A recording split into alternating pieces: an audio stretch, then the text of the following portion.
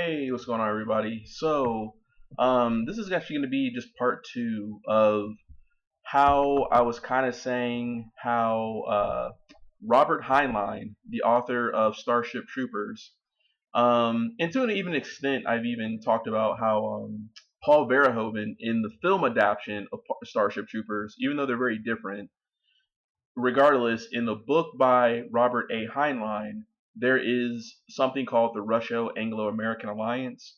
And I believe, in a weird way, how that's kind of coming true based on the behavior, and sentiments of the Make America Great movement of Donald Trump and now J.D. Vance, but also just the other right wing commentators like Tucker Carlson, Lauren Southern, Nick Fuentes. There's a lot of pro Russia apologetics now within U.S. conservative politics, and this is kind of to the Kremlin's liking. My personal opinion is that after the Cold War, after they realized that infiltrating left wing movements wasn't going to work, they realized that infiltrating the right wing was probably the best way for Russia to really protect itself and also kind of spread its hegemony back to where it was, with people like Vladimir Putin, wanting to kind of restore the Russian Empire kind of idea. He sees the fall of the Soviet Union as like the biggest travesty of like modern history, and he himself, who was indoctrinated underneath like the communist Soviet system, wants to kind of bring that back. But instead of bringing back totalitarian Soviet style communism, he wants to essentially, he's kind of turned it to a right wing sort of oligarchy, a czardom, basically. So, in other words, get rid of Karl Marx and everything, and you just put up a photo of Tsar Nicholas in the Orthodox Church. But the same control apparatus or apparati or whatever are still intact, with this kind of czarist strongman, Ivan the Terrible, prototypical Russian leader in power. And the Russians, who are really good at cyber warfare, online warfare, all types of different types of propaganda, stuff like that.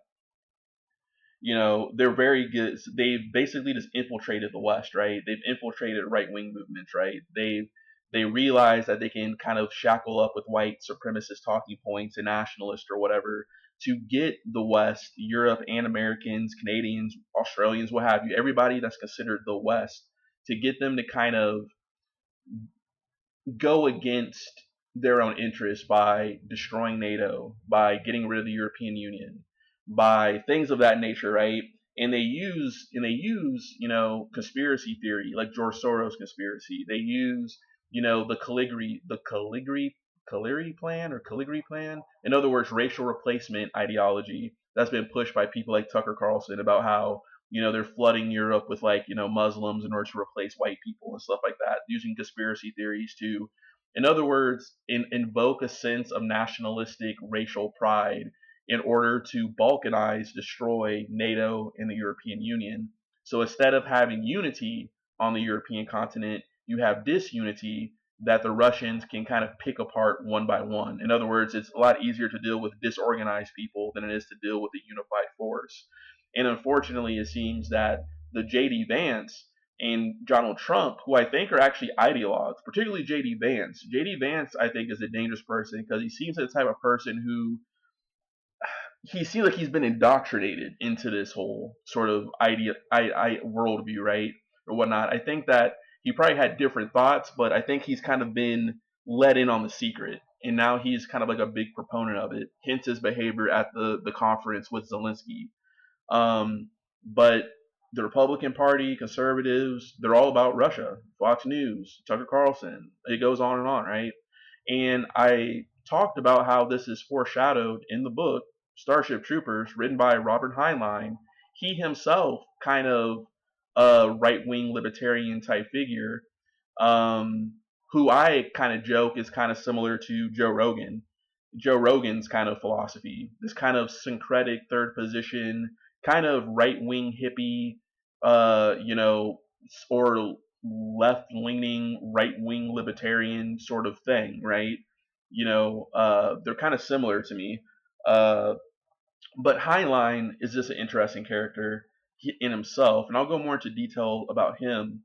However, it just seems so apparent to me, and I'm really surprised that like no one on YouTube has made a video about this. Like I've seen plenty of Starship Trooper analyses videos, but I haven't heard anybody actually just talk about this. You know, because I wrote this on my blog probably in 2016, 17, somewhere around there, like a long time ago. You know what I'm saying? And you got some likes, but it never really got pushed. And I'm just thinking to myself, like, it's in the book, which is interesting because Starship Troopers is recommended reading in the military. In a lot of, I mean, they don't force you to read it, but like on reading list of like, books that soldiers should read or something that you can find online or something, or like, Stars and Stripes or whatever. Starship Troopers is on the list because it's really a philosophical book about kind of a Plato view of Plato's The Republic sort of treatise on, civic virtue and duty. And it's kind of like, I think, and I'm taking this from a YouTube content creator who I'm going to share, but he's kind of saying that the world of Starship Troopers is kind of like Jordan B. Peterson's classical liberal wet dream of a society. It's controlled, there's a top down hierarchy of meritocracy, but underlying it is this kind of capitalist, Ayn Randian, libertarian, Adam Smith ethos. And this is kind of what the Republican Party wants to push because they're Republicans. They don't believe in democracy. They believe in, you know, their concept is only a few should probably be allowed to vote because democracy is dangerous. And this is why you have tech billionaires like Peter Thiel, who funded jdvance and bankrolled part of Donald Trump's election, hence why jdvance is the vice president as a favor to Thiel as one of Trump's top donors. This is why they're going in this general kind of technocratic meritocracy sort of trajectory. And as I talked about in my last video, there's certain factions within the Republican Party right now in conservative politics. You have the technocrats, who are more of your atheist, Darwinist, Silicon Valley, kind of sterile science fiction nerds, basically. So this is your Elon Musk, your Jeff Bezos, Bill Gates, Peter Thiel, right? Then you have this other camp, the traditional camp, right, that harkens back to like Pat Buchanan, people like that, right? Newt Gingrich, all those type of people, Bob Dole, the John Birch Society. So like the actual neoconservative, paleoconservatives, right? Henry Kissinger, etc. So you have the paleoconservatives who are like really far right. I call them basically neo Puritans, basically, who are very in line with like what they call the silent majority, the Christian right. They're proponents of dominion ideology, of having Christian nationalist states and everything like that. They're also a part of this. Then you have, that's the paleo conservatives. You have the neoconservatives, who are like your run of the mill, kind of like Henry Kissinger to George Bush, uh, John McCain types, a little more on the pragmatic, realpolitik type conservatives, who are kind of waning, but they're still there. So you have this weird junction between technocrats, paleoconservatives, neoconservatives, but now more than ever, actual fascists in the far right, who um, who interestingly have always kind of hidden within libertarian politics because libertarianism is naturally a very segregative sort of ideology, right? Without them actually saying that, it's basically just like basically about preserving themselves essentially against what they consider to be the tyranny of the state, which is just code word for diversity and equity, right? Which is why they're really harping on this whole DEI sort of, psyop, basically, by like trying to decry DEI and wokeness and stuff. But there's now even like the far right fascists who are now more exposed than ever before and in cahoots with the establishment because of populist politics. And so, in other words, like the Proud Boys are no different than kind of like the brown shirts in Germany. You know what I'm saying? Where you have a leader like Donald Trump, when asked will he disavow the Proud Boys on stage, he just basically just gaslights and talks about Antifa, a group whose literal name means anti-fascist, and tries to make a false equivalency between them. I'm not saying that they're good, but making a false equivalency between them and like neo-Nazi groups and like far right groups and stuff like that. And just because they have some few people of color sprinkled into the ranks of their Proud Boy, establishment does not mean that when they say the West is the best, they're not making coded language talking about European white society, basically. Um, but regardless, right, there's all these different factions in the right wing movement. And the interesting thing is that they're all Platonists. And when I say Platonist, I mean that literally as Plato's The Republic. Plato wrote the Republic, and these people want to make his vision come true. They just have different mantras about doing it. You have the technocratic Platonists of Elon Musk, Thiel, Bezos, the PayPal mafia, all those type of people, right? Because let me look it up real quick. The PayPal mafia, because there's even some other people in there. You see here, do PayPal mafia.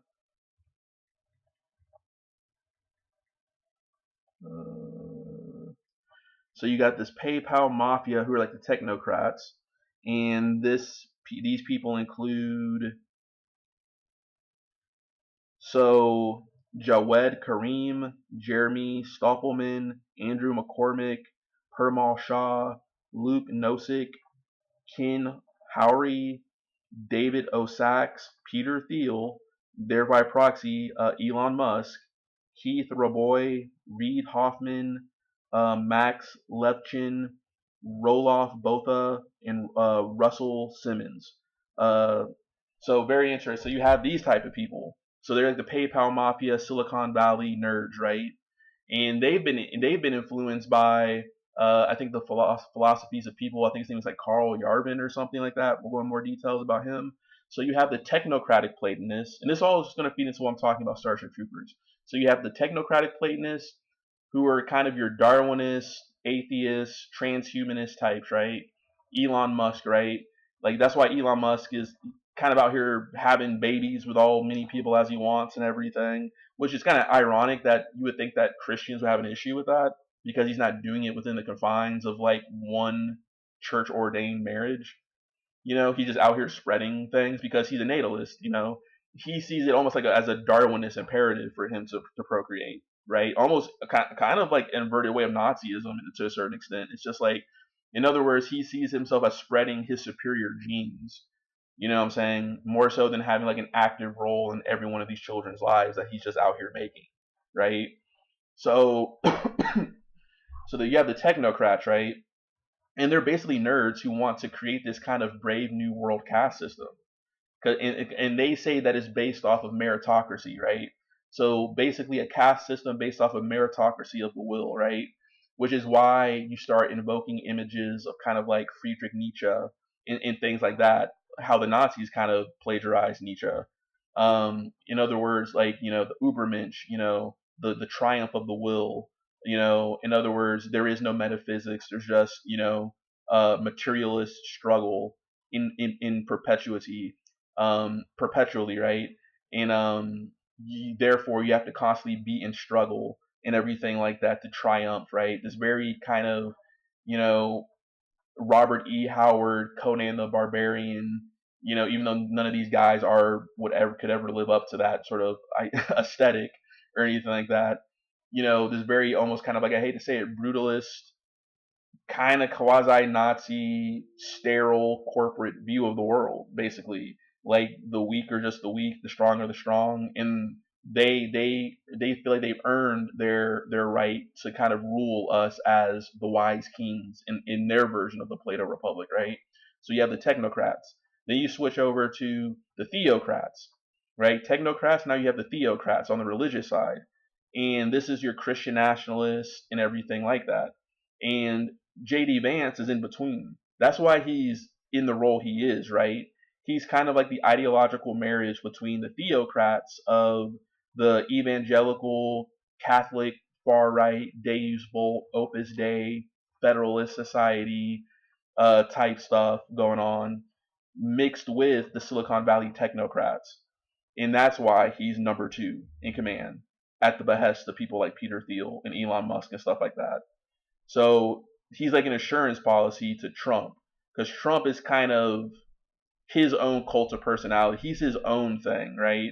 But everybody's trying to latch on to him, and he's using all these people, but they know that he's not going to be president forever. So these various policy factions underneath the MAGA movement are vying for control. And in a chess move, they position JD Vance to kind of be the marriage between the technocrats and the theocrats.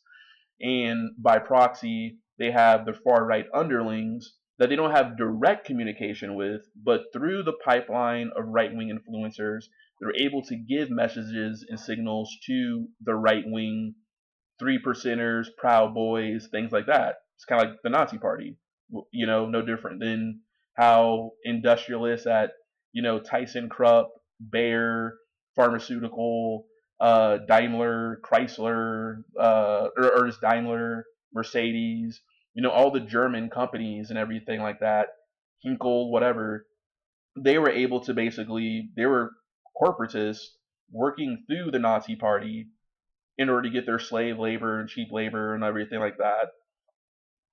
They were able to give messages down to the actual like neo-Nazis on the actual ground and everything like that to enforce their will. And that's kind of what we're seeing, unfortunately, in America. That's why I don't feel bad calling like Make America Great Again movement kind of a Nazi movement. It may not be outrightly anti-Semitic or whatnot. It plays, but it surely plays with it. It surely plays with racism and everything like that, and then gaslights the public as if it's not doing these things, and then it puts you in an odd situation because you seem like the conspiracy theorist. But regardless, the world of Robert Heinlein is very much kind of being predicted, right? So we just saw this nonsense with J.D. Vance and Donald Trump, right? So this is the Russo-Anglo-American alliance, as written in the book, right? So it was a military alliance formed in the late 20th century. The alliance encompassed armed forces of Britain. Think about Brexit, Nigel Farage, everything over there, Russia, and the North American Republic. And they fought against China, interestingly, which is interesting because the Republicans are against China and everything too. Democrats are too. They just have a different approach. Republicans want this kind of clash of civilizations, heavyweight fight with China, right? Because they pose a aesthetic, ideological, cultural, what they consider to be racial threat to white European hegemony and everything like that. That's why they want to get in bed with Russia. They're trying to sever the Sino-Russian relationship, bring Russia into our camp, or at least get Europe in a situation to fight against Russia in case Russia actually double crosses us, because because the Russians are in bed with the Chinese and everything like that. And Russia does see itself as a civilization that needs to spread, particularly with the ideas of people like Aleksandr Dugin, who's at this point already kind of known, but he made waves kind of in the early 2016s in the United States because he was a darling to the alt-right movement with people like Richard Spencer, etc., Lauren Southern, etc., and even people like Alex Jones, I want to say, even had weird connections to Aleksandr Dugin. It's very strange. It's very strange things that are going on. The Russians are just kind of winning, and Donald Trump is kind of handing them wins, in my personal opinion, even though he thinks he's playing some long-term four-dimensional chess or something. But in the book, in Starship Troopers, essentially United Kingdom, America, and Russia join forces to fight China. The war, who wins the war is kind of ambiguous, but it seems that the West kind of had to kind of tuck his tail between his legs, and this kind of pissed off a lot of the veterans.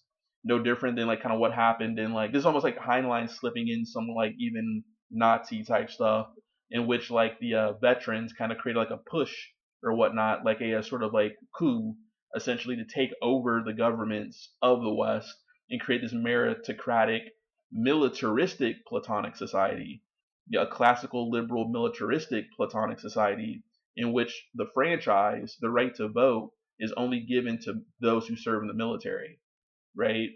And that's very interesting because, as you can see in a lot of conservative cultural circles, there's all this special forces, militaristic culture, podcasters and stuff.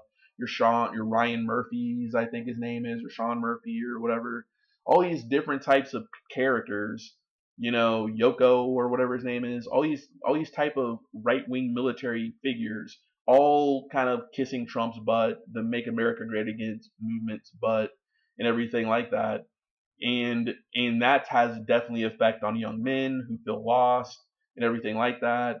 A lot of these people are platformed on the Joe Rogan podcast, which I would consider to be. I've always said this: Joe Rogan is kind of a red pill dealer. He kind of subconsciously red pills his audience, and I think a lot of people want to make it sound like his podcast is always organic. Sometimes it is, but sometimes I think that, like, you can't just have a CIA person on your podcast without probably them getting clearance to actually go say things. And it seems Joe Rogan is kind of floats in this weird world where he was almost kind of just proliferating a lot of what got us into this mess to begin with without much pushback. He was platforming people like Gavin McInnes of the Proud Boys. How many times it seemed like he was groveling to Jordan B. Peterson is insane.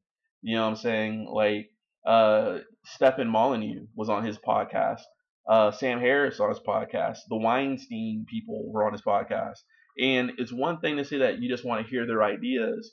A lot of the times, not him challenging their ideas, is really them just proliferating their ideas.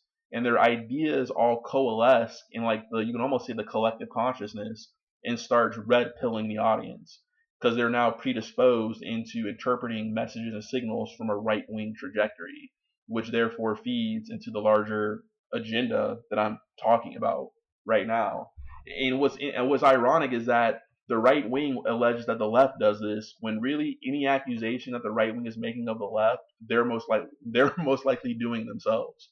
You know, uh, but anyways, like, that's the whole Society of Starship Troopers. A lot of people know it's like, you know, citizens versus civilians. Only those in the military, who serve in the military, can vote and get other sort of benefits, whereas everybody else who doesn't are kind of just like homesteader libertarians on their own. So it's like you're allowed to. Is it kind of this? So Heinlein created a society where he thought it was like a win-win for everyone, right? But it's just interesting because, let me go here, make sure I'm looking good here. All right, so these are some of like the. So I did 2 posts, and let me just click on this one here.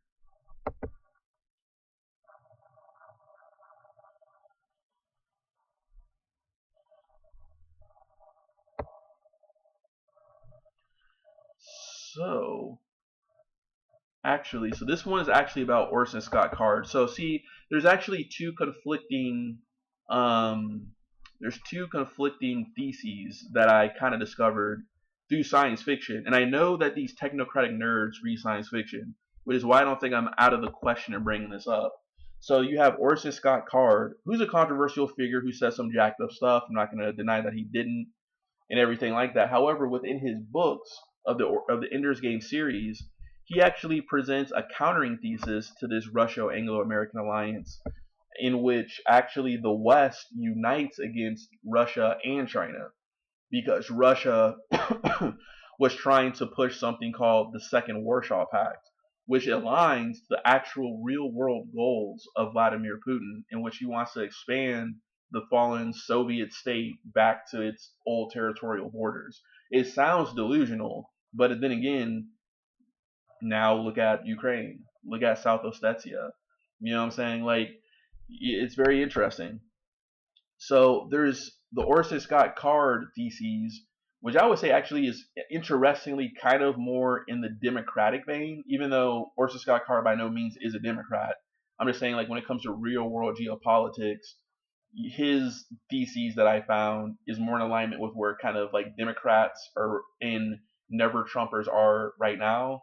Whereas the Robert Heinlein Russo-Anglo-American alliance theses of Robert Heinlein is more in relation to what's actually happening with the Make America Great movement, Trump, and all the European right-wing groups that are taking over, like Meloni in Italy, Le Pen in France, Nigel Farage Brexit type stuff, and of course the AFD in Germany. Which is ironically, the AFD has its highest, I want to say, membership in Eastern Germany, which is ex Soviet territory and everything like that. So very interesting.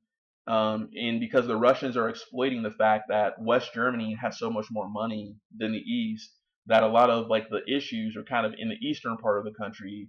So therefore, when you infuse the society with a lot of these refugees who are there because of the follies of NATO, I'm not saying NATO's totally right in this, right?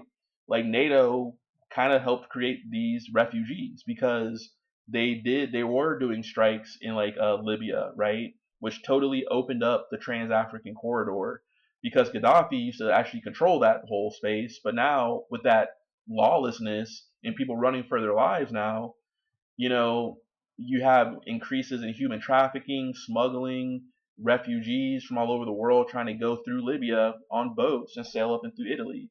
But you can also talk about how the United States and NATO or whomever in other allied countries intervened in Syria. So you had all these Western bombs, but you also had Russia bombing these countries too, like Syria.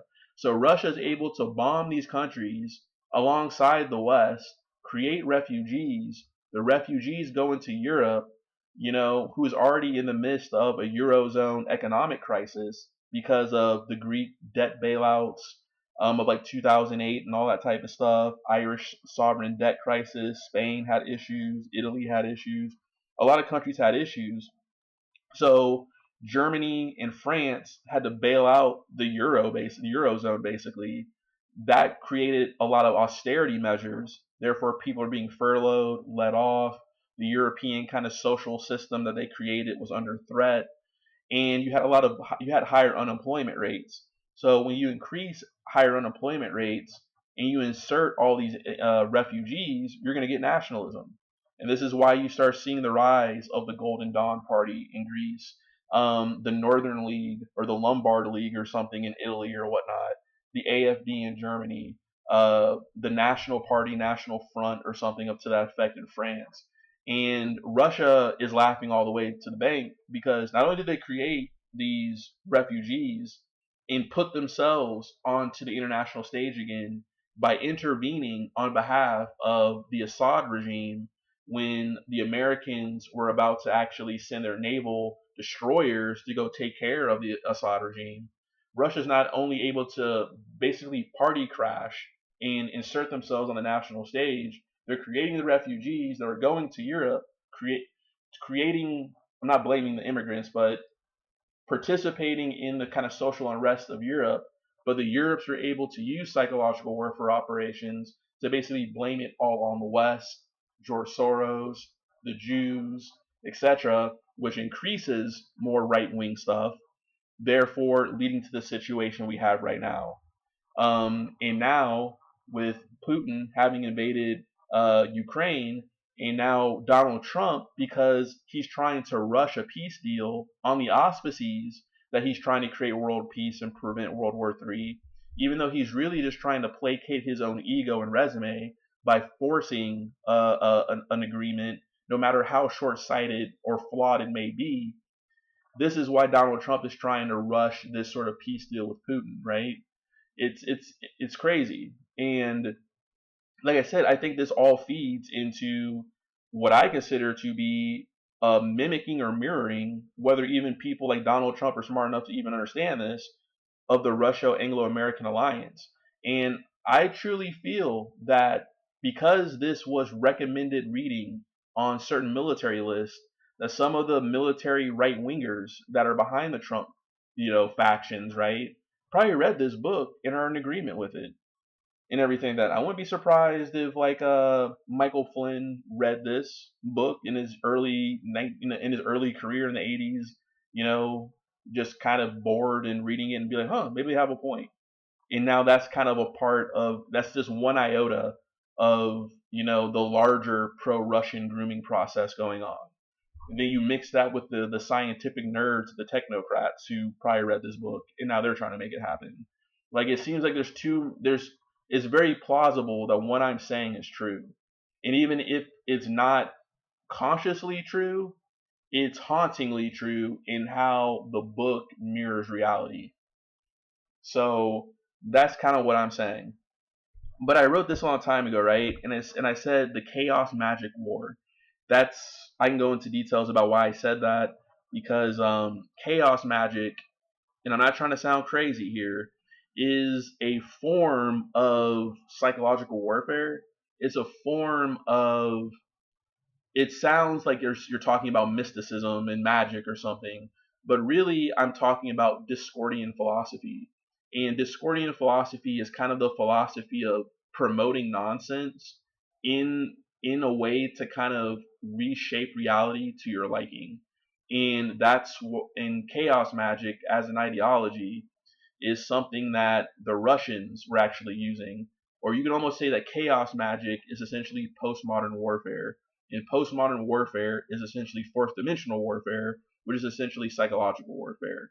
In other words, the Russians waged a very complex, effective, and economical chaos magic war against the West, and we kind of fell for it, because it's so over people's heads. Imagine explaining what I'm explaining to you to like Roseanne, or like the people who fit that archetype, right? Who live in like southern Indiana or Nebraska or something like that, right? Or even if they can comprehend what I'm saying, are they even going to want to hear what I'm saying because they have a vested interest in it happening? Because they may be Christian nationalists or something like that or whatnot, who've kind of been on the Fox News, Tucker Carlson. They're trying to replace white people. This is why Russia is great, sort of talking points. You know, it's like, I would not put this past the Republican Party with how kooky I know they actually can be. And whether it's from kooky generals to kooky right wing professors like Jordan Giorgiani and all these people, it's pretty insane. But I wrote this, and it's called The Chaos Magic War: Trump, Russia, Dugin, Ethno-Nationalism, Brexit. Is This Starship Troopers by Robert Heinlein. The Russian Anglo-American Alliance, Where Occult, Technology, and Geopolitics Meets by Quentin Mitchell. So there's the book. It was on my old ottoman. So section 1, right? So quotes from Starship Troopers by Heinlein, 1959. Just imagine, right? In these MAGA times we all live, all the drama on TV, the news, Russia, talk show comedians, the Mueller investigation, soft Brexit, hard Brexit, etc. So now hold Russia, Brexit, and Trump in your brain for a while, and now listen to me read these quotes from Starship Troopers by Robert Heinlein. So this is one of the quotes. Major Reed, our instructor, was a blind man with a disconcerting habit of looking straight at you and calling you by name. We were reviewing events after the war between the Russo-Anglo-American Alliance and the Chinese hegemony, 1987 and following. But this was the day that we heard the news of the destruction of San Francisco and the San Joaquin Valley. I thought he would give us a pep talk. After all, even a civilian ought to be able to figure it out now. The bugs are us, fight or die. Major Reed didn't mention San Francisco. He had one, which is so ironic that Silicon Valley's there, right? It just in real life, right? So Major Reed didn't mention San Francisco. He had one of us apes, which is kind of just a derogatory term they use. Not derogatory. It's a kind of a nickname they use for grunts, military grunts, right? So he had one of us apes summarize the negotiated Treaty of New Delhi, discuss how it ignored prisoners of war, and by implication dropped the subject forever. The armistice became a stalemate, and prisoners stayed where they were, on one side. On the other side, they were turned loose, and, during the disorders, made their way home, or not if they didn't want to. Page 177. So the disorders were essentially kind of like the collapse of like democracies across the globe, in which you kind of had this kind of like uh what you call it, Clockwork Orange dystopian sort of nightmare type, things, right? Judge Dredd dystopia across the globe, right? You had all these like wandering veterans. So Major Reed's victim summed up the released prisoners, survivors of the two divisions of British paratroopers, some thousands of civilians captured mostly in Japan, the Philippines, and Russia, and sentenced for quote unquote political crimes. Besides that, there were many other military prisoners. Major Reed's victims went on, captured during and before the war. There were rumors that some had captured in an earlier war and never released. The total of unreleased prisoners was never unknown. The best estimates placed the number around 65,000. So how did the present political organization evolve out of the disorders? What is the moral justification? However, nobody can describe accurately how the Federation came about it. It just grew. Page 179. So, with natural government in collapse at the end of the 20th century, someone had to fill the vacuum, and in many cases, it was returned veterans. They had lost a war. Most of them had no jobs. Many were sore as could be over the terms of the Treaty of New Delhi, especially the POW foul up, and they knew how to fight, but it wasn't revolution. It was more like what happened in Russia in 1917. The system collapsed, somebody else moved in, which is kind of, I think, highlights being a little passive here, because you can also say it's the same thing that happened in the Weimar Republic after World War One with German POWs and German veterans who eventually became some of the street teams that became the Nationalist Socialist Party, the Nazis, right? A lot of people want to say, oh, they were socialist or whatever. They were fascist. They had their own kind of thing. It wasn't real like socialism. It wasn't like they didn't have unions. They had slave labor. You know what I'm saying? Like they gave their country over to corporations. They didn't like nationalize the corporations. They were still kind of just led by commas. I guess they did kind of nationalize them, but they were still. It was kind of just like corporations controlling Germany, in which like a Trump like figure kind of told them what to do when he wanted, but they kind of were just able to just profit in this kind of apartheid slavery state. I mean, if you want to say social from a racial standpoint, sure, they were racial socialists, but economically speaking, in how we talk about socialism, that's to be debated. So, anyways, so the first known case in Aberdeen, Scotland was typical. Some veterans got together as vigilantes to stop rioting and looting, hanged a few people, including two veterans, and decided not to let anyone but veterans on their committee. Just arbitrary at first, they trusted each other a bit. They didn't trust anyone else. What started as an emergency measure became a constitutional practice in a generation or two. Uh, Page 179. So actually, 1 minute. Let me do something here real quick. So yeah, it's kind of interesting. So like, I just wanted to. So like, interesting. So like, have this one quote that I had from the book on page 179, and it talks about how the veterans were like basically rounding up looters and stuff like that and hanging them and stuff like that before they kind of created their veteran committees, and that laid like the basis for their government. And I was going to say that kind of sounds very familiar to what happened to in Germany, right? The rise of right wing terrorism in Weimar Republic. So pretty cool video here. So let me see here.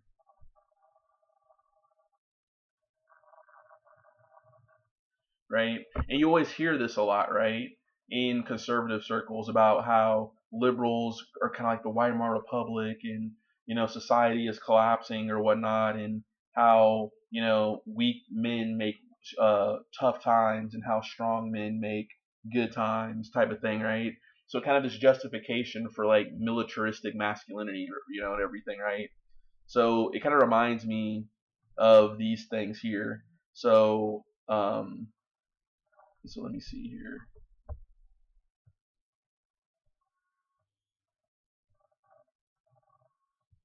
here we go. Yeah, the Free Corps, right?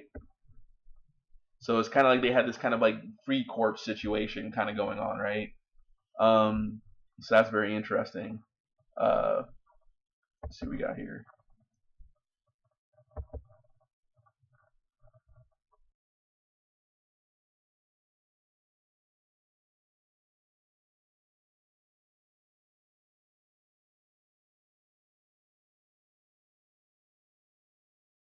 The Freikorps were bands of paramilitary units that sprung up after the First World War was over in Weimar, Germany. Now, some historians claim that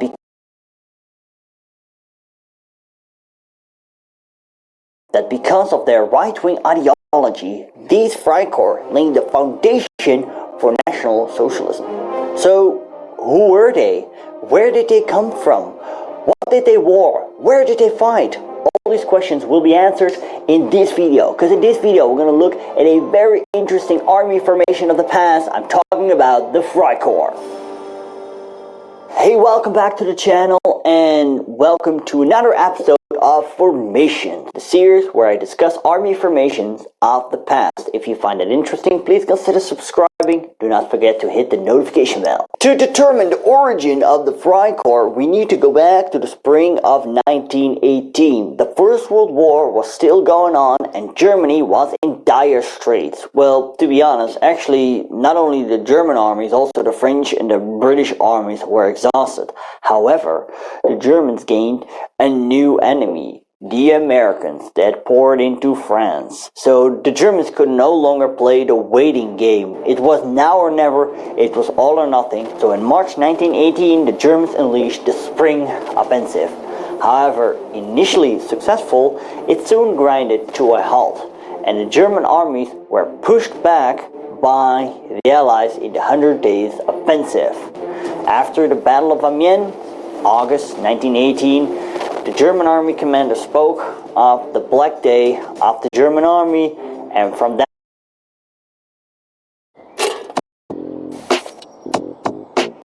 taxes was paying the price. Every single. And from that point on, it was all downhill. Now flash forward to November 1918, the German Revolution occurred. Sailors in Kiel mutinied against their officers, and soon the revolution spread inland. The German Kaiser abdicated, fled to the Netherlands, and a new government was formed by Philipp Scheidemann. Now on the 9th of November, Philipp Scheidemann declared the German Republic and installed a provisional government. 2 days later, the 11th, the armistice was signed and World War I was over.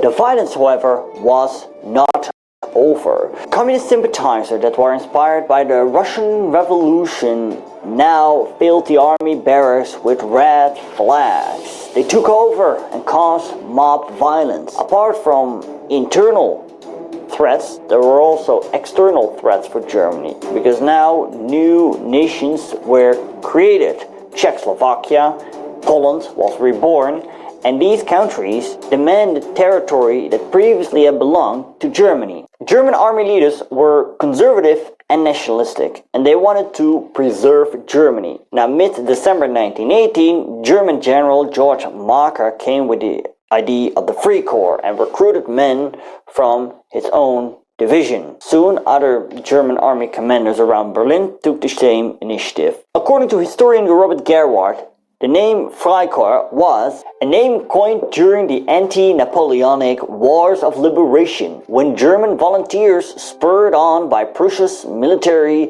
humiliation at the hands of the French, made a significant contribution to Napoleon's eventual defeat. The weapons used by the Freikorps were the weapons from Germany during World War I. Most used was the Mauser Gewehr 98. Furthermore, they made use of the Luger pistol, the Mauser C. Twofold. First, they wanted to protect Germany from internal enemies, and I'm talking about left-wing sympathizers, communists. And second, they wanted to preserve Germany from external threats. I already mentioned Czechoslovakia and Poland, newborn nations after the First World War. They wanted land that previously belonged to the German Empire because they believed it was rightfully theirs. The Freikorps took part in a whole string of conflicts, so let's take a look. The Spartacist uprising occurred early January 1919 and was led by Rosa Luxemburg and Karl Liebknecht of the Spartacist League, which was by now called the German Communist Party, the KPD. They started a demonstration and an armed group of Spartacists took control of the newspaper building of the German Social Democrat Party. Also, they occupied surrounding buildings. Now, note here that the power base of these communists was very small. Nevertheless, German Chancellor Friedrich Ebert had seen what happened in Russia, so he wanted to subdue this threat as quickly as possible, and therefore he asked the Freikorps to do it. Now, note here that these Freikorps were not pro-Weimar Republic. They were very right-wing themselves, and they were against the Social Democrats. However, these Freikorps were also very much against communists. So therefore, these Freikorps moved in and they crushed the Spartacist uprising, and Rosa Luxemburg and Karl Liebknecht were arrested and killed shortly after. Now this sparked other left-wing rebellions in Germany, where short-lived socialist republics were proclaimed in Bremen as well as in Bavaria. Now the Freikorps, they moved up to crush these socialist states. In 1920, the Freikorps fought in the Ruhr Valley against the Red Ruhr Army. So why were these Freikorps so successful? The Freikorps' victory were due to a great extent to their unquestionable military superiority over the various red militias which faced them. Although the Freikorps were greatly outnumbered in Berlin, Munich and the Ruhr, they enjoyed advantages in discipline, high motivation, competent and resolute leadership, and tactical experience.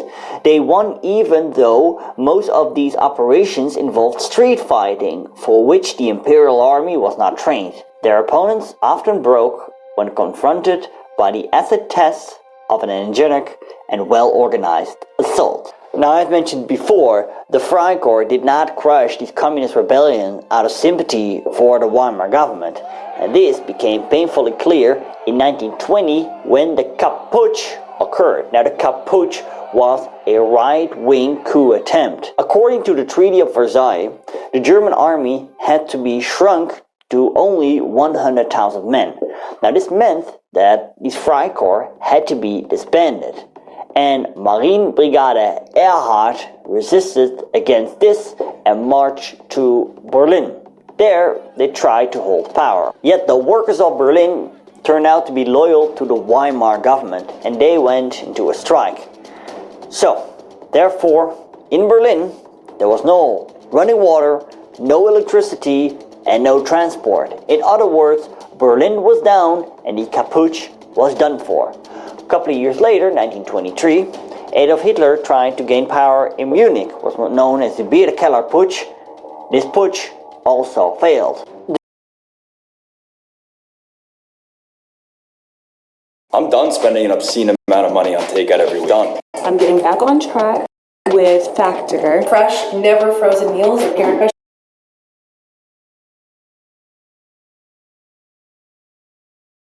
The German Freikorps also fought outside the German borders, for example in the newly created Poland. The Polish nation was reborn in November 1918.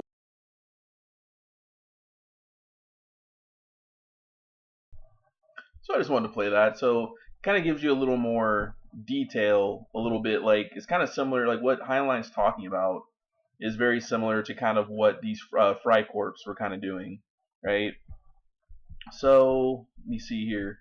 So probably those Scottish veterans, since they were finding it necessary to hang some veterans, decided that if they had to do this, they weren't going to let any bleeding, profiteering, black market, double time for overtime, army dodging, unprintable civilians have any say about it. So geez, all right. So in many cases, uh, in many cases, civilians are much more intelligent.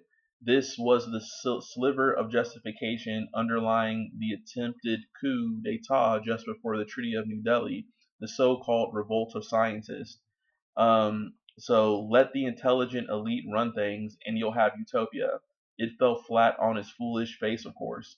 So this is, of course, like so. Heinlein's kind of, you know, it has a cynicism towards these kind of like, what you consider liberal elite scientist type, ideas.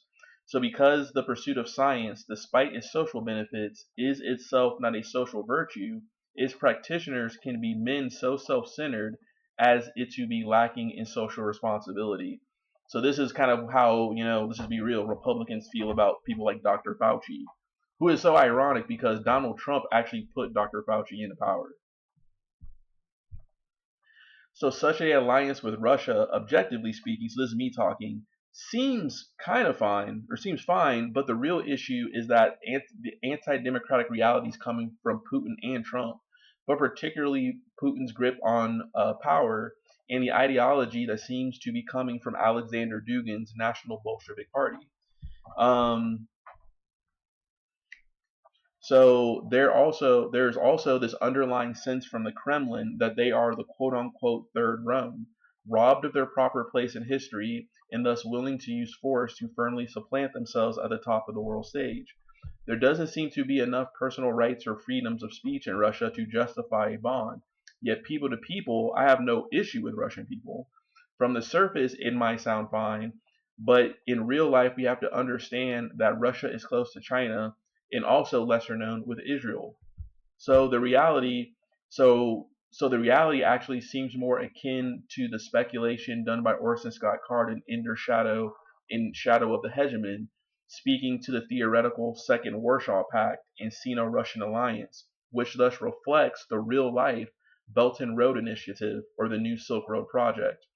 So below is an interesting article about an earlier U.S.-Soviet exchange at the Esalen Institute by Atlas Obscura. And it makes me think too, like to my point about why I think this Russo-Anglo-American thing is happening is because there's even been sneak peeks of it. So there is this retreat center called the Esalen Institute in San Francisco area at Big Sur, and right as like the Soviet Union was kind of collapsing, a bunch of like Russian scientists went to this retreat, this hippie retreat, and they were kind of frolicking with like U.S. military people and scientists or whatnot, and they were exchanging ideas, kind of in this kind of like presumptive peaceful exchange of information. But then again, you can almost say it kind of maybe even exacerbated the impetus for a possible Russian merger with the West, even as far back as the early 1990s. And I think I have even evidence that this merger with Russia actually goes back further. Actually, 1 minute. Let my cat out.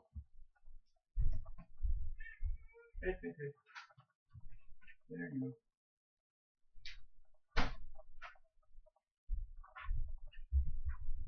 Okay, so and there's even goes back even earlier than that. There's actually goes back to the time of the Rockefellers, and the Rockefellers, it's crazy. Like they had like a lot of influence in Soviet Russia, more than what we're even willing to admit. And even the Hammer family of Occidental Oil in the United States, the founder of that whole thing was a Russian asset, who actually had backdoor ties to the Kremlin during the Cold War. So just because our societies were at conflict doesn't mean that there weren't ways to have communication with each other. And Donald Trump, there's the whole, idea that in 1980s, the early 80s or mid 80s, he got kind of compromised by the Russians somehow. And because the Hammer guy was kind of waning in influence, they needed a new person. And they kind of found, this is why you do security clearance paperwork, right? When you want a clearance, right? Because they want to ask, do you have like gambling debts? Have you inherited lots of money? Have you done substances? Things of that nature, right? Because those things can, in theory, be used to jeopardize you. to make you an asset for a foreign power, right? And there's, speculation that Donald Trump, through some way, means, or know-how, got compromised and kind of became a useful idiot for the Russians. So not necessarily, there's like agents versus assets. So people are saying that Donald Trump is more of an asset to the Russians, more so than like an agent actively working with like the Russians, right? In other words, he's doing their bidding through passive aggressive means without him sometimes even realizing that's what he's doing. In other words, he's walking more into their traps that they're laying rather than him necessarily being like a conscious agent or player for like the Kremlin or something. But this is an interesting article, how a famed New Age retreat center helped in the Cold War. But anyways, back to my article.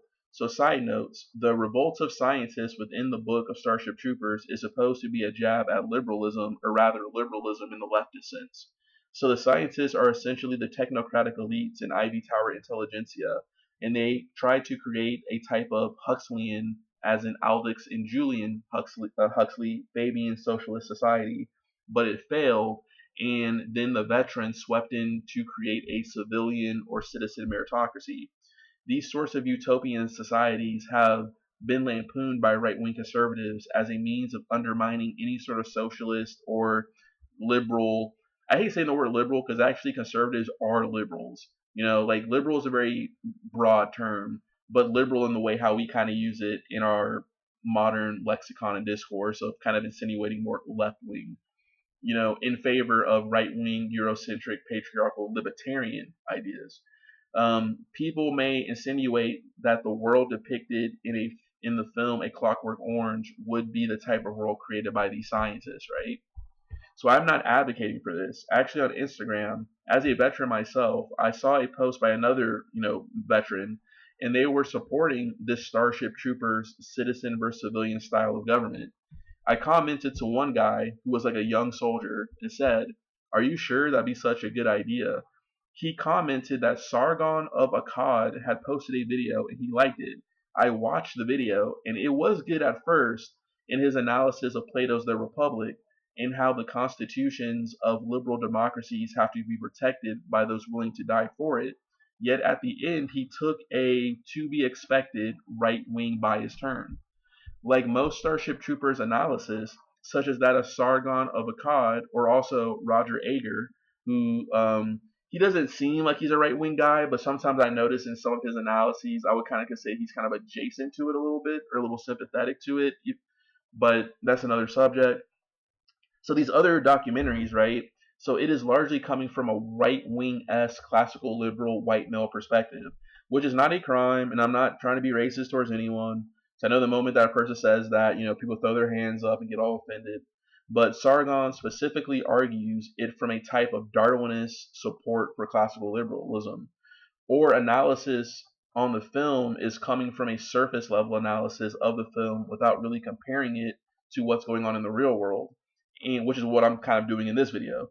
And if so, it's largely a criticism of gender equality, diversity, or multiculturalism, etc., rather than a rebuke of militarism, and rather than like a rebuke of, you can almost say, this kind of like platonic state that they're trying to create, right?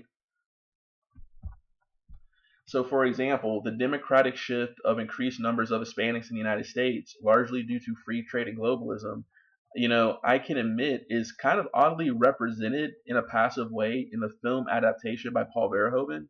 For example, you have these Americanized, quote unquote, Latin American lead characters. So, like, yeah, Casper Van Dien and I think Denise Richards or something.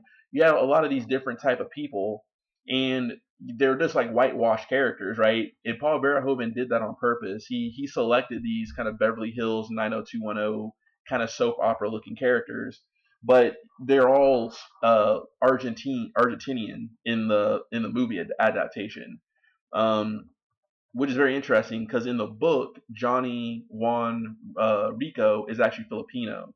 But in the adaptation by Heinlein, he kind of makes them into these kind of like soap opera kind of, you know, uh, triumph of the will Aryan looking people, right?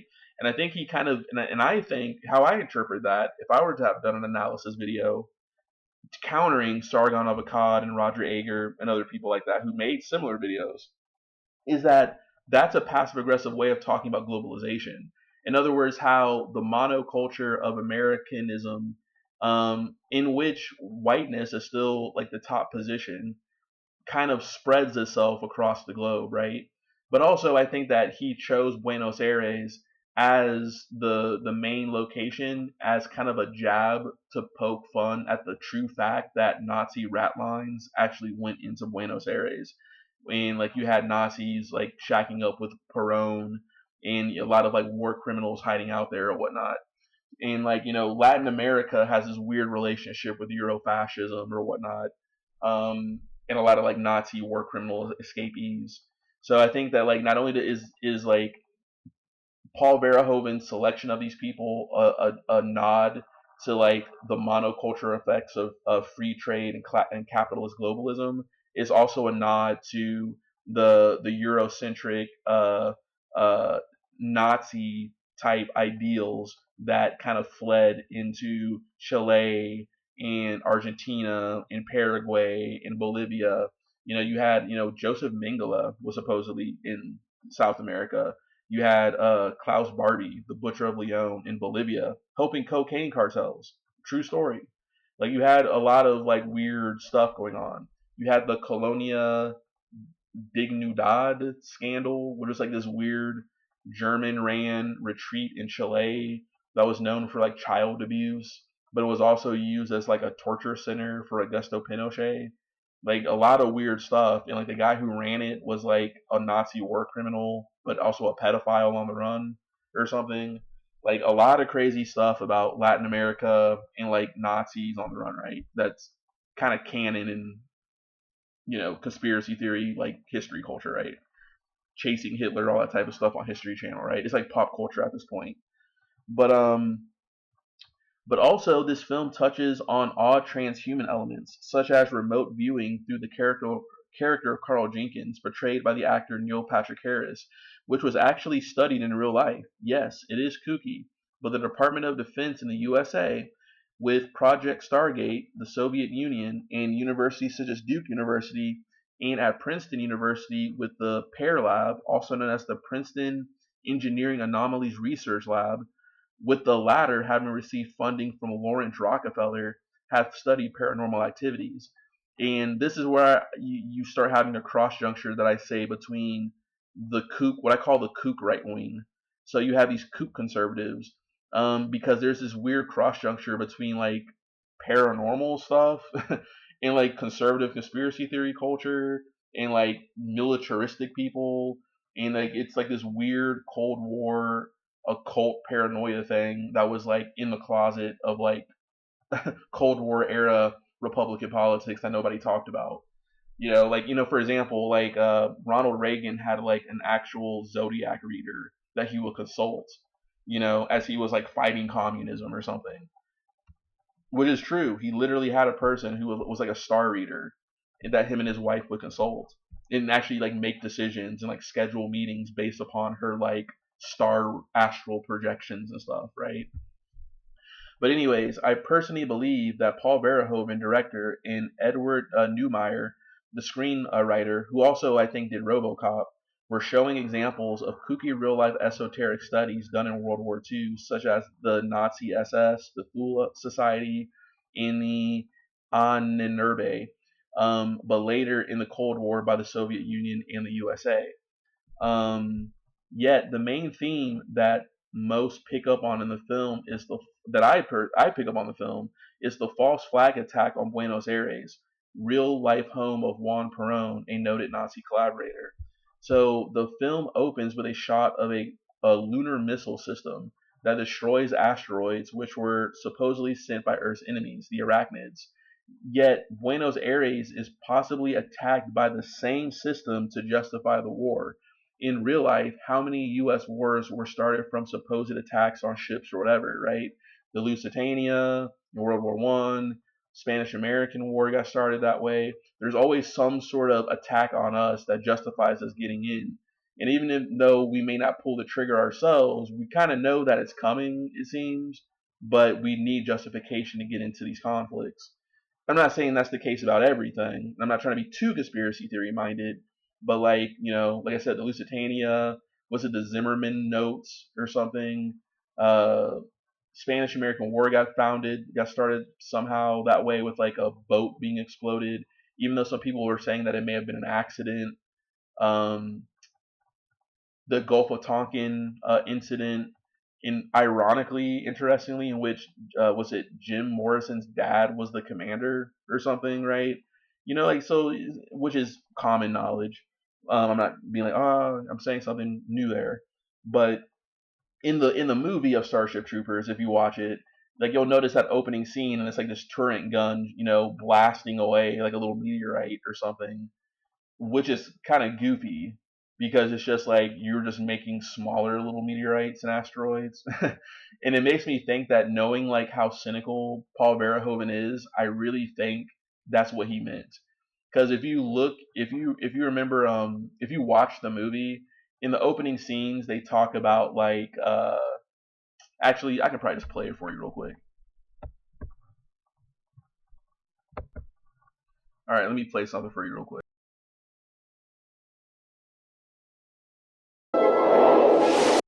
The bugs send another meteor our way. But this time, we're ready. Planetary defenses are better than ever.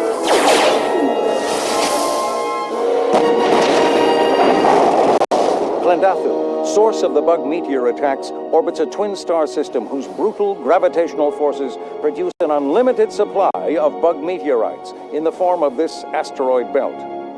To ensure the safety of our solar system, Klendathu must be eliminated.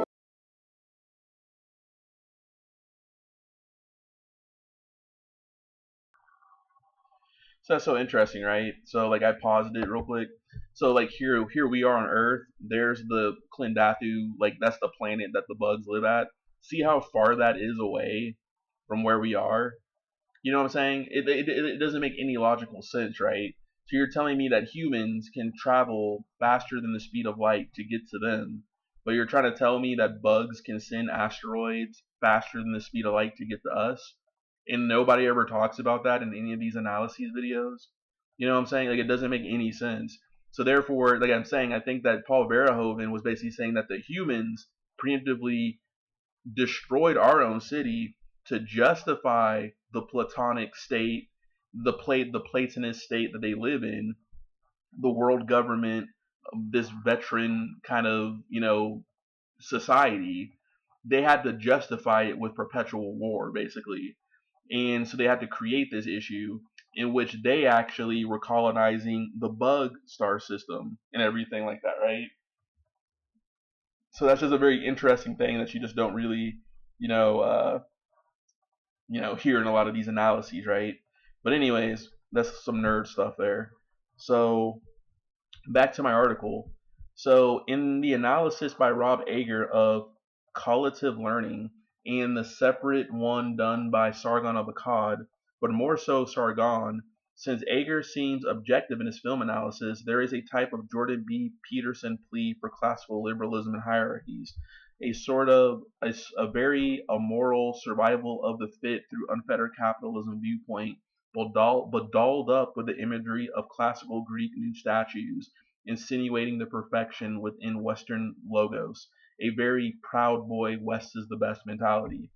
So as a kid growing up as a military brat, I saw the film in 1997. I was blown away. A total power fantasy of warfare, teamwork. Race wasn't an issue. Even the women were badass. And you got to see like boobies, right? And all were united under a common enemy. Yet I didn't actually understand satire as a kid. But so which I came to learn. So Verhoeven's film was a satirical criticism on militarism. He also takes a nod to the Americanization of Latin America by having whitewashed actors play the roles of Hispanic name leads. And yes, I know there are white Hispanics, but by choosing Beverly Hills 90210 type actors, it helps show the beauty and physical standards promulgated by U.S. media. And interesting, in our real world, Hispanics made up, what, 9% of the population in the 1970s? Now they're at 23% of the population. They've outpaced African Americans or Black Americans and everything like that. You don't see black people marching around. They will not replace us. And many of these Hispanics are just merging with the larger white superstructure, which is why they're trying to be like, oh, I'm all about MAGA and stuff too, and all this type of stuff. Because they're trying to fit in. They're trying to assimilate into what they consider to be the top position, so they can cash in on those racial social dividends themselves, right? So, however, Verhoeven's depiction of a globalist fascist world with bases in Latin America actually represents the real-life right-wing regimes of the Cold War, which were supported by the CIA, Washington, and neoconservatives, such as Milton Friedman's Chicago Boys, creating the economy for the dictator Augusto Pinochet. The Latin American Eurocentric fascism shown in Verhoeven's film pays homage to real-life fascism of the Cold War era in the nations such as Argentina, Chile, Paraguay, and Brazil.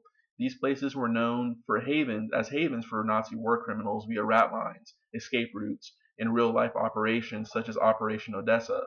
Nazi war criminals were able to hide among the German and Italian populations of Latin America who had immigrated to the continent in the 1800s. Klaus Barbie, a Nazi war criminal, even went so far as having helped drug barons overthrow the Bolivian government with his neo-Nazi death squad called the Fiancés of Death. I know it sounds like a dorky name, but it actually was real. So the process of admitting Nazi war criminals was accepted by Cold War right-wing CIA-backed dictators such as Augusto Pinochet of Chile, Juan Perón of Argentina, Emilio Medici of Italian descent, and Augusto Rademacher of German descent in Brazil, and Alfredo Stroessner of German descent of Paraguay. Criminals such as Adolf Eichmann, Joseph Mengele, and Croatian Nazi Ante Pavelic were all in Latin America.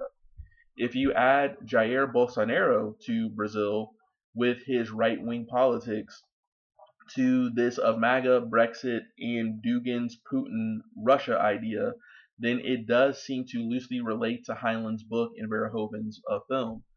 To shed historical light on Latin America during the Cold War, according to Schemo 2006, General Stroessner won American help in establishing his secret police in hopes that his dictatorship would give way to democracy, faded before a string of elections in which he faced token or no opposition that were generally considered to be fraudulent. Further, Schemo 2006 stated, under General Stroessner, Paraguay's security forces became so efficient at intimidating potential opposition figures that eventually fear itself, fear of arrest, torture, exile, and murder, became one of the prime levers for staying in power. The country became a haven for Nazis on the run, with new passports and visas sold for a price. Among those it sheltered was Joseph Mengele, the Angel of Death, who selected victims for the gas chamber at Auschwitz and conducted medical experiments on humans.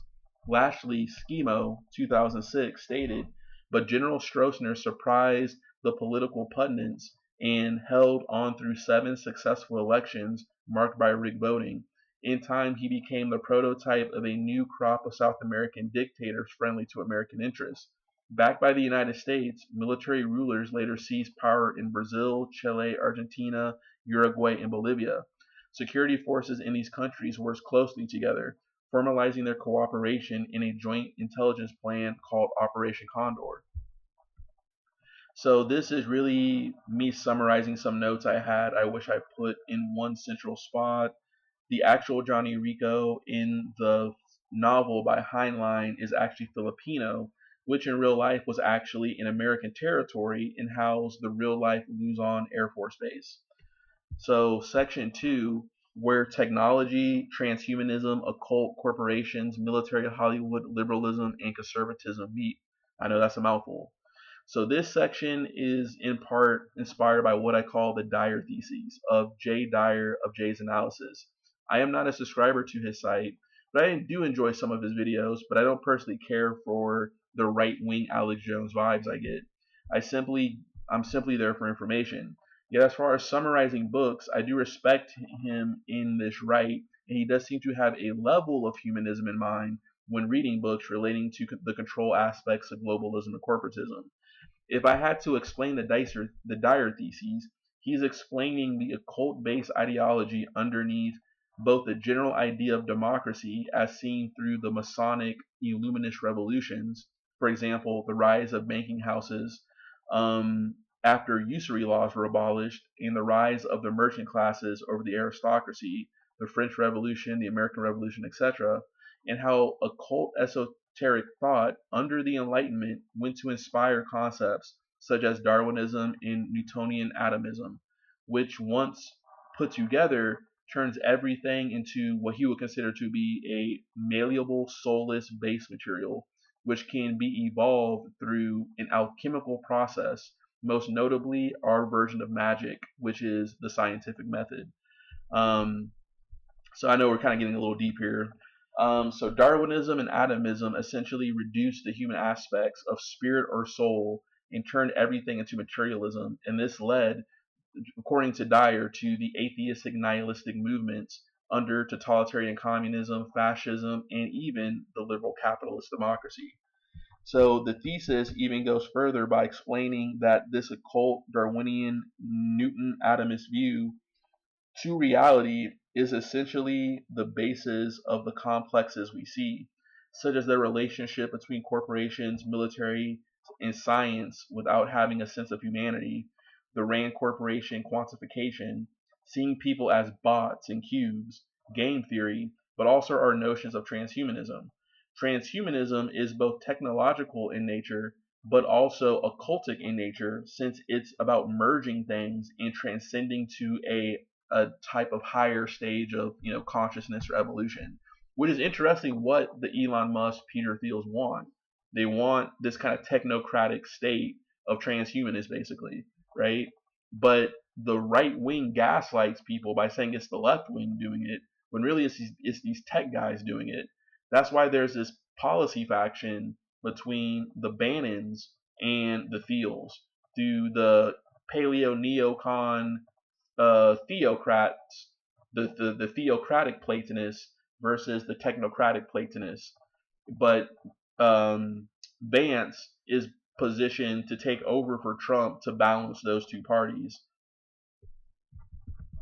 So yeah, Dyer's main focus, which is good, I mind you, and this is actually, I have a very different view of Jay Dyer now. I was writing this kind of like 2016, 17, around there.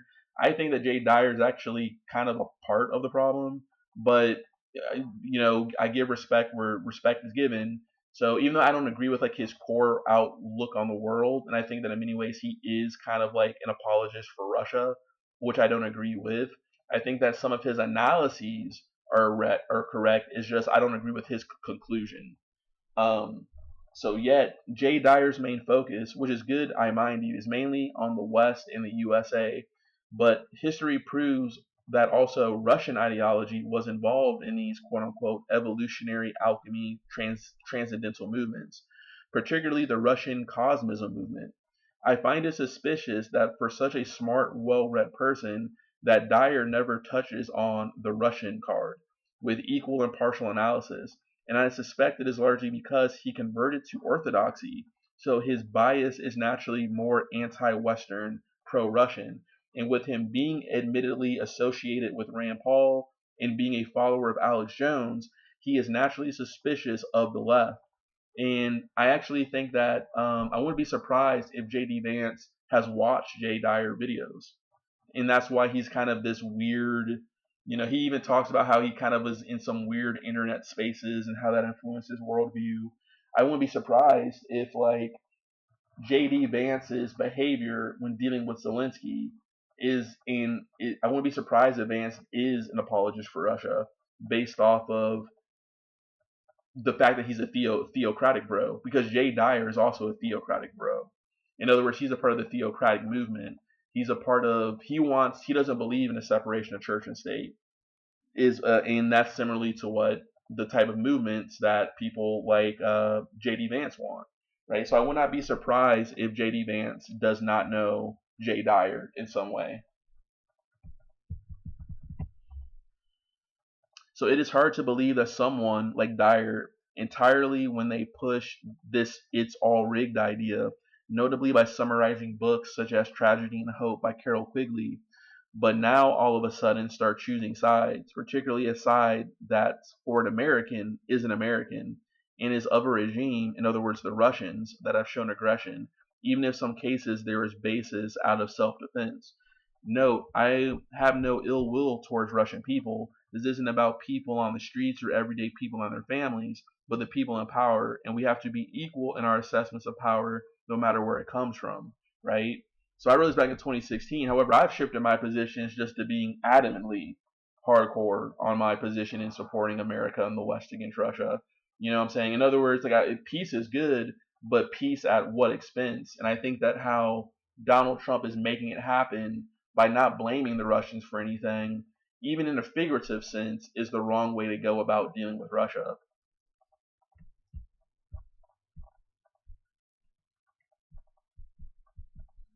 So interestingly, Heinlein was associated with occultism by way of Jack Parsons, the legendary occult rocketry pioneer who was canonized by NASA and also has connections to Aleister Crowley. There seems to have been a large active occult movement leading from Santa Monica, which is interestingly home of the Rand Corporation, to the Tuscan-like mountains surrounding the LA City basin. A mixture of artists such as Man Ray, occultists, Satanists, scientists, military personnel, actors, right-wing libertarians, and even magicians like Harry Houdini. You had a lot of, I guess, what I'm saying is a lot of kookery going on in the Southern California area, which coincided with the emergent rise of the military-industrial complex in these regions, which produced and spawned, a lot of this right-wing kookery libertarian ideals that we're still subconsciously indoctrinated with to this day. But let me see here. So Parsons himself, interestingly, had contact with excuse me. Parsons himself had contact with people like Werner von Braun, right? Who was the NASA Nazi guy, right? Who kind of harkens to images of what? Elon Musk.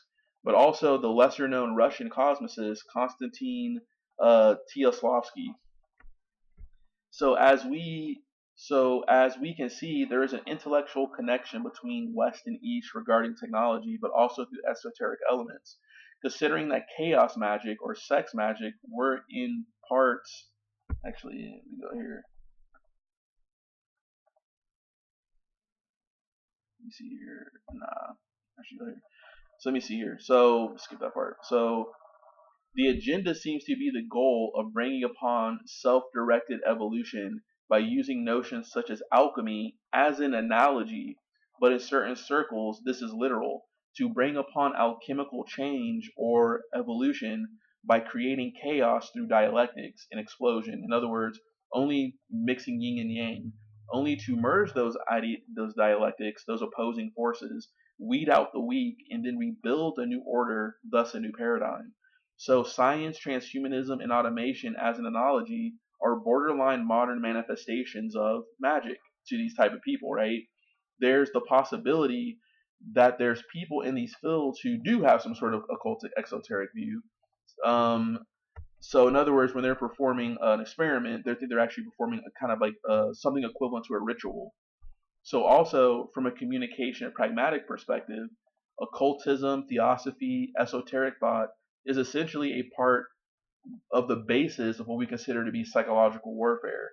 There is a concept of, the illusory, hypnotic, trance-like rites of passage, but in a hard propaganda psyop campaign, contingencies span the spectrum of one controlling and managing conspiracy theory culture to lead people down specific pathways of thought, disinformation, deconstruction of linear reality with things such as alternate realities.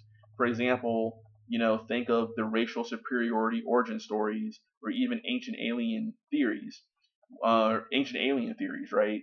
interesting fact is that Jonathan Young of the History Channel's Ancient Alien series is an alumni of the Defense Information School at Fort George Meade, but also the curator to the Joseph Campbell Archives, where Joseph Campbell was associated with the Esalen Institute, later site of the U.S.-Soviet exchange program.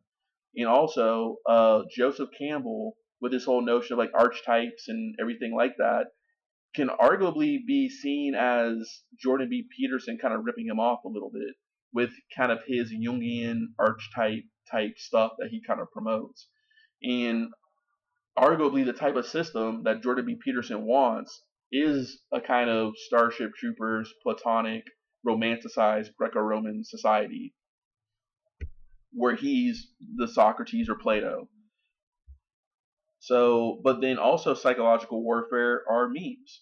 Memes, even though most are harmless, yet they serve a purpose of visual communication and the reinforcement of ideas.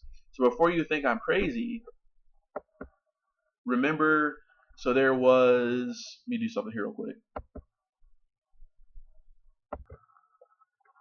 Okay, so how I'm talking about all this kind of, it seems kind of crazy stuff, but like kind of deep stuff about chaos magic and psychological warfare and how that kind of was being used by the Russians and the alt-right and all this type of stuff, right? And how that's kind of feeding into this like right-wing fascist Plato state that all these various right-wing factions are trying to manifest, is that I talked about memes, right? So for example, there was this. Richard Spencer literally said, white nationalists, we memed the alt-right into existence.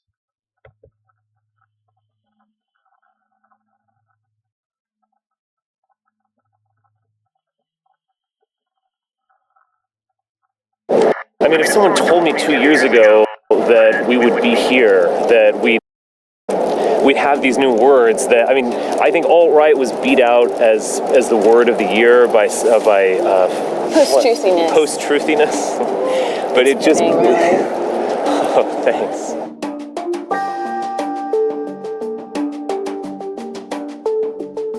Do you think the alt-right is real? What does that mean? Well, it's mostly an internet movement. I looked at the 990s of your nonprofit, operating budget of less than $100,000. Is it mostly a mirage out of like a lot of Twitter bots? A characteristic thing about the alt-right is that it is coming from the internet, and there are a lot of reasons for that. I think just any new movement is going to probably emerge from the internet in 2016 now anyway. But we're going after big taboos. People have something to lose, so the anonymity has allowed many more people to write and interact than we would have otherwise if if a similar movement were going on in the 1980s or 50s or whatever. What we've been able to do is leverage ourselves because of the power of our ideas.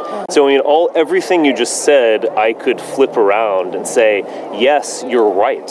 We don't have a George Soros throwing money at us, yet we're the ones making a splash. We're the ones people want to talk to. We're the ones people fear. And that shows our power. It's like you're right in a way.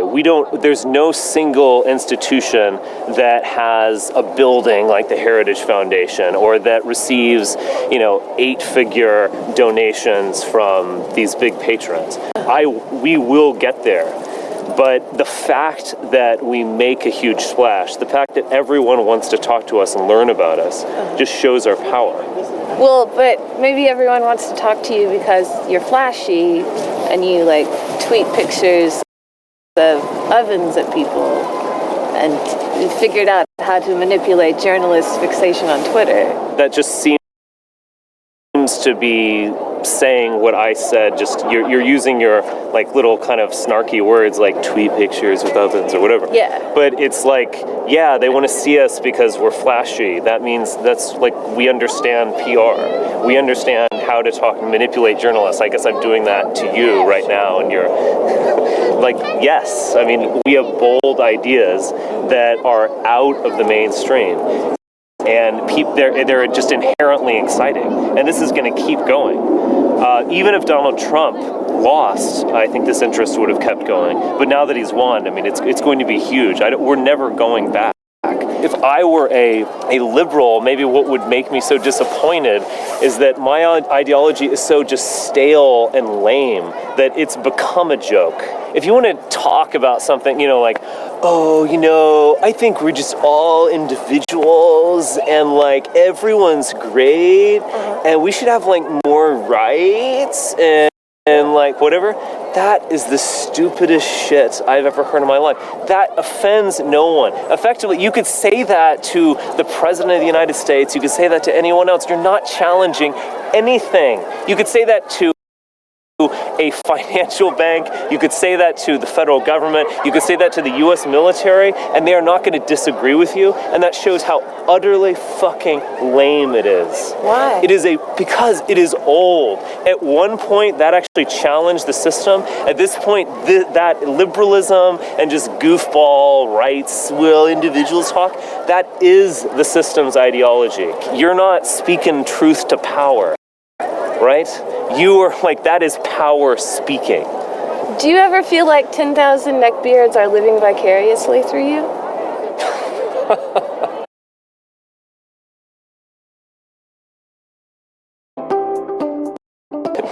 I've never thought about it that way. Look, because this is a radical movement, not everyone can be open. Not everyone's willing to do that, and I totally understand why. So if they want to see me as a representative, great. I don't see what's wrong with that. You'll often like compliment the alt-right, but just use snarky language. So I actually agree with a lot of the things you're saying, just not the tone and the snark. Well, I like to troll the trolls. It's probably not going to work on me. Oh, okay. Anything? Try harder. Yeah, come on, troll. You want more trolling? Yeah, come on. Well, start trolling. I think you're a Spit fraud. it out. You think I'm a fraud? You're a fraud. How is that? Let me tell you the moment I was like, you're definitely a fraud.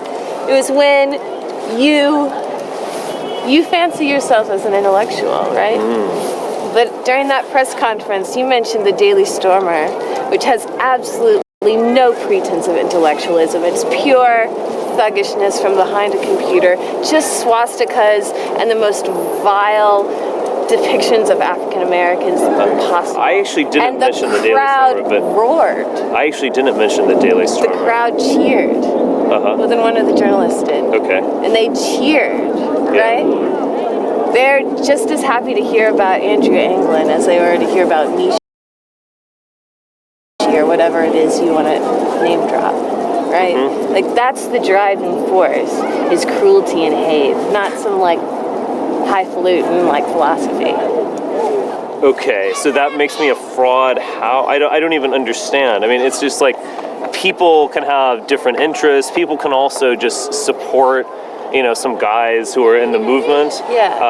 I don't see how that makes me a fraud in any way.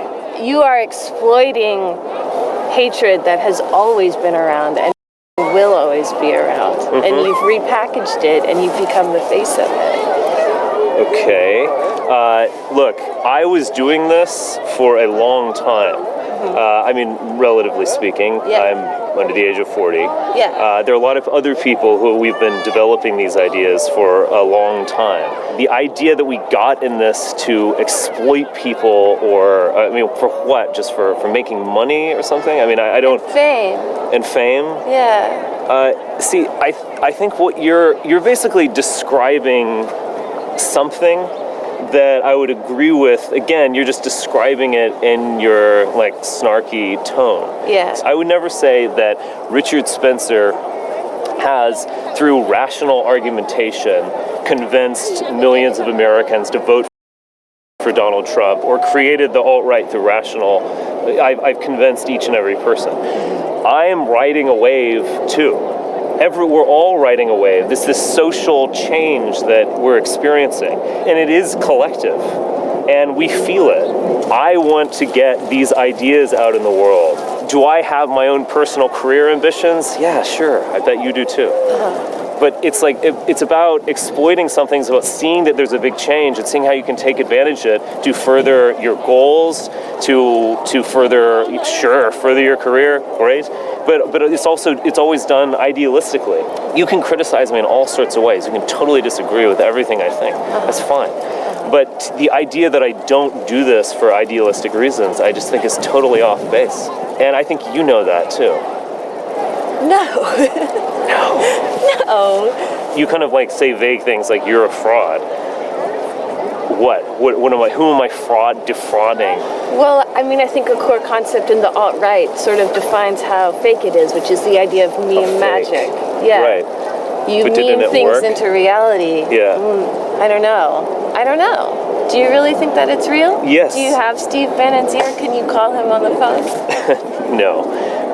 But in terms of meme magic, yeah, I think there is something about, I would call it like a self-fulfilling prophecy. We memed alt-right into existence, and it's now almost a household name. We didn't meme Donald Trump into existence, but I think we have inflected Donald Trump's trajectory, and at the very least, we've inflected how he's perceived. So that is meme magic. So it's like you can think of it as like, oh, this is crazy Keck and Pepe the Frog and whatever, or and that's fine. Or you can kind of look at what's happening and understand it on a little bit of a more rational level. But you didn't create Pepe. I didn't create Pepe, no. No. But you used I didn't create everything, I'm sorry. No, but the people who created like the texts of the alt-right are teenagers on 4chan who've trolled themselves into believing anti-Semitic stuff. I have actually met some kids from 4chan who started reading some identitarian or some of Kevin McDonald's work or anything critical of race relations, immigration, Jewish influence, so on. And they actually read this stuff so that they could troll people. So they read it almost like as a kind of, it's like, oh, I want to get these arguments so that I can really piss people off. Right. That was their entrance to it, but after reading it, they were actually convinced by it. That demonstrates in a way the truth quality to it. Doesn't it just mean they're too committed to a joke? It's not a joke at some point. That's an expression of that it is true. It started out as a joke, and then it became real. This is...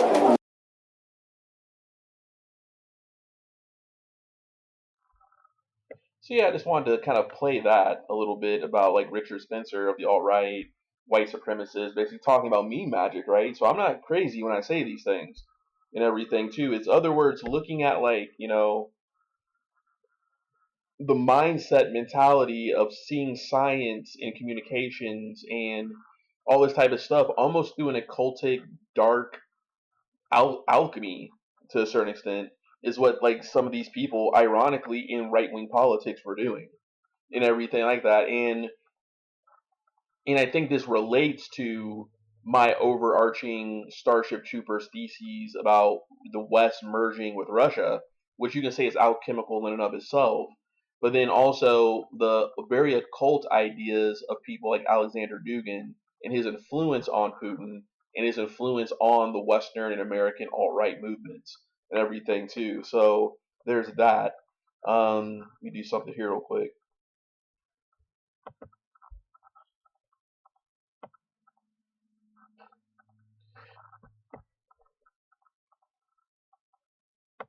All right, 1 minute.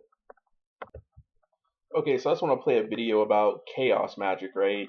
And I know we're kind of going to some weird esoteric spaces, right? We went from, like jdvance and Donald Trump arguing with Zelensky to kind of deconstructing this kind of weird nexus and want in the conservative movement with Russia, as ironic as interestingly foreshadowed by Robert Heinlein with the Russo-Anglo-American alliance.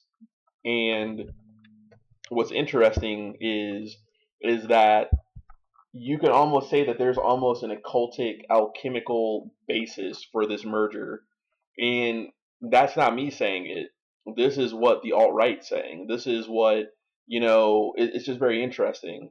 So let me play this video about chaos magic, right? Because chaos magic to me is just psychological warfare. and that is what the Kremlin has used to get the West to a position where the Russians are now winning. They've almost psyop jujitsu'd the West and the United States and Trump and his followers, where we're in this situation where we're doubting ourselves, we're doubting our reality, and actually in going into this Russian, controlled reality. Therefore, they're able to like just basically beat us, even though we're way more funded than they are.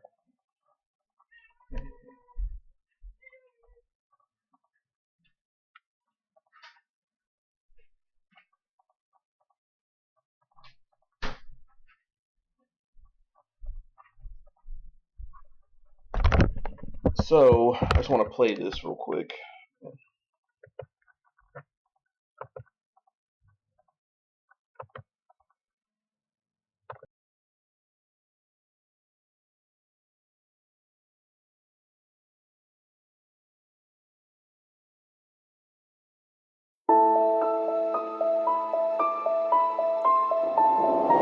In a world bound by laws and logic, there's a unique practice that breaks all the rules: chaos magic.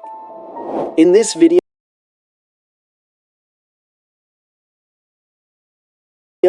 we'll take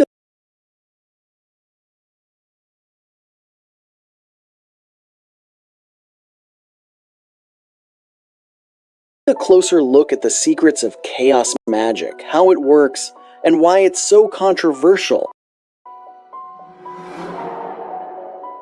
Chaos magic originated in the 1970s in England, at a time when the occult scene in the UK was dominated by belief systems such as Wicca and Thelema. The founders of chaos magic, Peter J. Carroll and Ray Sherwin, pushed for a system that gave practitioners the freedom to mix beliefs and methods, a postmodern form of occultism. It aimed to break away from the rituals and regulations of other types of magic. The birth of chaos magic made magic more relatable and adaptable. This new magic appealed to many for its practicality and focus on results, encouraging change and self-exploration. It focuses on using beliefs and symbols to reach specific goals, rejecting established paths. In fact, practitioners reject all forms of dogma. Rather, they combine various beliefs and methods to suit their own needs and experiences, valuing efficacy over the source. So why is it called chaos? Because it rejects traditional orders and embraces the unpredictability of the universe. The term chaos also reflects an inspiration from chaos theory in physics, which studies how small changes can give rise to large, unpredictable effects in complex systems. Chaos magic reflects this idea by emphasizing flexibility, the potential impact of subtle shifts, and the importance of individual action within a complex, interconnected universe. Chaos magic introduces the concept that our minds have the power to change reality by blending psychological tactics with spiritual rituals. This approach suggests that our beliefs and intentions can give us the results we're looking for. It weaves together the psychological and magical seamlessly. At its heart, chaos magic believes that our mental and emotional states do more than just influence our perceptions. They can actually transform our physical surroundings. One of the main techniques in chaos magic is sigilization, the practice of creating and charging a symbol with intention to manifest a specific desire or outcome. You can create your own sigil called a servitor for any reason. Sarah Lyons, a practicing witch, gives this example for how to make and use a servitor. Let's say you drive for a living and have a hard time finding parking in the city or town where you reside. You could create a sigil out of the phrase, "I'm always able to find parking." If you like, you can give it a name and set up a little altar. Another key element in chaos magic is gnosis, which refers to reaching altered states of consciousness. As in shamanism, these altered states are said to help form a deeper connection to spiritual energies, which amplifies the power of the magic. In chaos magic, the mix of psychology and mysticism highlights the flexibility of reality, implying it can be reshaped to fit our desires. It highlights the need for adaptability and personal trials, embracing the inevitability of change. It promotes a dynamic and personalized way of interacting with the spiritual world, offering a modern path that is distinct and direct. Today, chaos magic continues to evolve and is accessible more than ever. As technology evolves, it offers new platforms and tools that integrate with spiritual rituals and beliefs. Some examples of these include online communities for sharing knowledge, digital environments for conducting rituals, and apps for creating and visualizing sigils. This blend of technology and spirituality allows for innovative expressions of chaos magic. But chaos magic is often criticized as being a made-up religion because of its highly individualistic approach. Critics argue that its mix and match style lacks the depth and consistency of traditional religions, which have set doctrines and practices. They claim that chaos magic treats spirituality more like a tool for personal benefit rather than a serious religious commitment. Despite these criticisms, chaos magic remains a compelling choice for many. Its adaptability and the personal nature of its practices offer a unique form of spiritual expression that resonates with those who find traditional paths restrictive. So there you have it, chaos magic, a dynamic practice rooted in belief and adaptability. What do you think? Is chaos magic a genuine spiritual path, or just a construct of modern esoteric practices? Let us know in the comments below. If you enjoyed this video, consider hitting the like button, subscribing to our channel. So yeah, I wanted to play those videos about the whole chaos magic type stuff a little bit, but let me go here real quick and kind of finish this up, at least my blog post.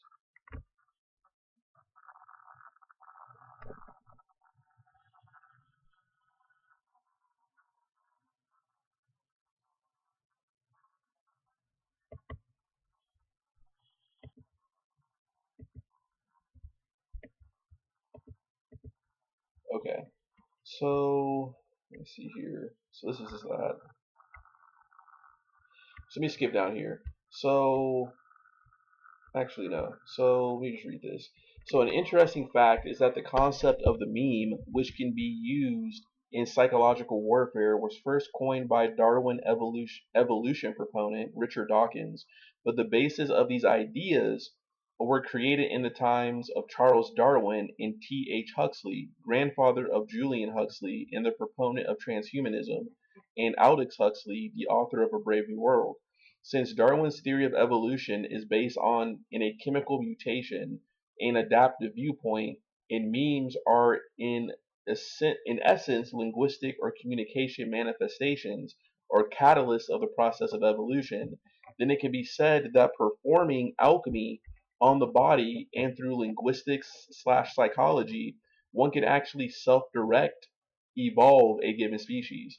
A catalyst for starting the chemical process of evolution within the linguistic sphere can be done with alchemy-like ideas such as postmodernism.